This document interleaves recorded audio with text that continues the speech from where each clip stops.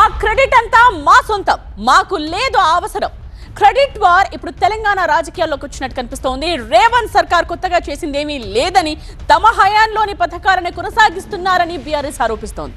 అయితే free bus సహా చాలా పథకాలు తమ ఆలోచన అంటోంది కాంగ్రెస్. అయితే ఈ రెండు పార్టీలకు దోపిడీపై ఉన్న శ్రద్ధ అభివృద్ధి మీద లేదని ఆరోపిస్తోంది బీజేపీ. తెలంగాణ బడ్జెట్ సమావేశాలు అలా మొదలయ్యాయో లేదో అప్పుడే పొలిటికల్ హీట్ మొదలైంది. విపక్షాల విమర్శలు, వాటికి అధికార పార్టీ కౌంటర్లతో రాజకీయం రసవత్తరంగా మారుతుంది. ఈ క్రమంలో తెలంగాణ అభివృద్ధికి కారణం కేసీఆర్ పాలనే అని వాదిస్తోంది బీఆర్ఎస్. కాంగ్రెస్ ప్రభుత్వం తాము తీసుకొచ్చిన పథకాలను కూడా సరిగ్గా అమలు చేయలేకపోయిందని ఫైర్ అయ్యారు. 6 గ్యారెంటీలకు గత బడ్జెట్ లో 56,000 కోట్లు కేటాయించారని, కానీ ఇప్పుడు దాన్ని 50,000 కోట్లకు తగ్గించారని విమర్శించారు. జాతీయ తలసరి ఆదాయంతో పోల్చితే రాష్ట్ర తలసరి ఆదాయం ఎక్కువగా ఉందని ప్రభుత్వం బడ్జెట్ ప్రసంగంలో చెప్పిందని, కానీ బీఆర్ఎస్ సహాయంలో తలసరి ఆదాయం అంతకంటే ఎక్కువగా ఉందని కాంగ్రెస్ సర్కార్ను టార్గెట్ చేశారు హరీష్ రావు. దేశం కంటే తెలంగాణ తలసరి ఆదాయం 1.9% ఎక్కువగా ఉంది అన్నారు. నిజానికి బీఆర్ఎస్ హయాంలో చూస్తే తలసరి ఆదాయం ఇంకా చాలా ఎక్కువ ఉండేది. బీఆర్ఎస్ 10 ఏళ్ల పాలనలో average growth rate of per capital income is 12.1%. BRS హయాంలో 9.5 ఏళ్లలో తలసరి ఆదాయం యొక్క యావరేజ్ 12.1%. కాంగ్రెస్ పాలనలో తలసరి ఆదాయం ఎంత? 10.2%. ఎందుకు దక్కింది? ఇది మీ పరిపాలన వైఫల్యం.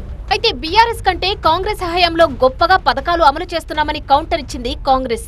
ఈ విషయాన్ని బీఆర్ఎస్ నాయకత్వం జీర్ణించుకోలేకపోతుందని ఆరోపించింది. అందుకే బడ్జెట్ ప్రవేశపెట్టే సమయంలో ఆ పార్టీ ఇష్టానుసారంగా ప్రవర్తించిందని ప్రభుత్వ విప్ ఆది శ్రీనివాస్ తెలిపారు.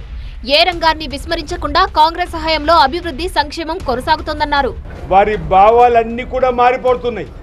అరే, మేము 10 ఏళ్ళ అధికారులు ఉన్నప్పుడు ఈ విధంగా బడ్జెట్లో పేద ప్రజల కోసం ఆలోచన చేయకపోతే, వీరు పేద ప్రజల కోసం ఆలోచిస్తున్నటువంటి ఆ మాటలు వింటుంటే ఇక్కడ మీ ఉండేం లాభం, బయటకు వెళ్ళాలని చెప్పినటువంటి ఒక ఆలోచనతో, భయంతో వారు బడ్జెట్ ప్రతుల యొక్క కాగితాలను చింపేటువంటి కార్యక్రమం మొదలుపెట్టుకోండి.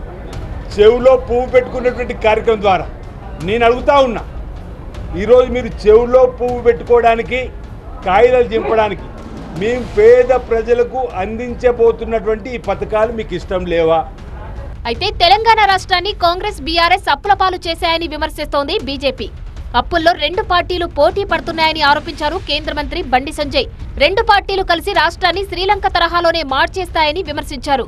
దోపిడిపై తప్ప ప్రజా సంక్షేమంపై 2 పార్టీలకు శ్రద్ధ లేదని మండిపడ్డారు. బీఆర్ఎస్ ఏమిచ్చింది అంటే గాడిది గుడ్డు చూపెట్టిన రాష్ట్ర ముఖ్యమంత్రి. ఇప్పుడు అసెంబ్లీ సాక్షిగా గాడిది గుడ్డు చూపెడుతున్నాం. మాకు ఇవాళ 8 లక్షల కోట్ల అప్పు తీసుకొస్తారు. వాళ్ళు ఉన్నాయి, తీరుస్తాను, తీర్చలే. ఈ 2 సంవత్సరాలనే 2 లక్షల కోట్ల అప్పు తెచ్చాడు. ఇప్పుడు మళ్ళీ ఏమంటున్నాడు? నాకు తెలిసి 3 లక్షల దాకా అప్పు చేసిండు. 3 లక్షల కోట్ల అప్పు చేసిండు. 8 లక్షలు ప్లస్ 3 లక్షల కోట్లు ఎన్ని? 11 లక్షలు. మళ్ళీ ఇప్పుడు ఎంత అంటున్నాడు? మళ్ళీ 1 లక్ష కోట్లు అంటున్నాడు. అంటే 12 లక్షల కోట్లు తెలంగాణ అప్పుడేస్తే తెలంగాణ శ్రీలంక లెక్క మారడం 100% ఖాయం. రాష్ట్రానికి తమ హయాంలోనే మేలు జరిగిందంటూ ప్రత్యర్థి పార్టీలపై 3 పార్టీలు విమర్శలు గుప్పిస్తున్నాయి. బడ్జెట్ సమావేశాలు మరికొన్ని రోజులు కొనసాగనుండడంతో ఈ మాటల యుద్ధం మరింత పీక్స్ కు చేరడం ఖాయంగా కనిపిస్తోంది.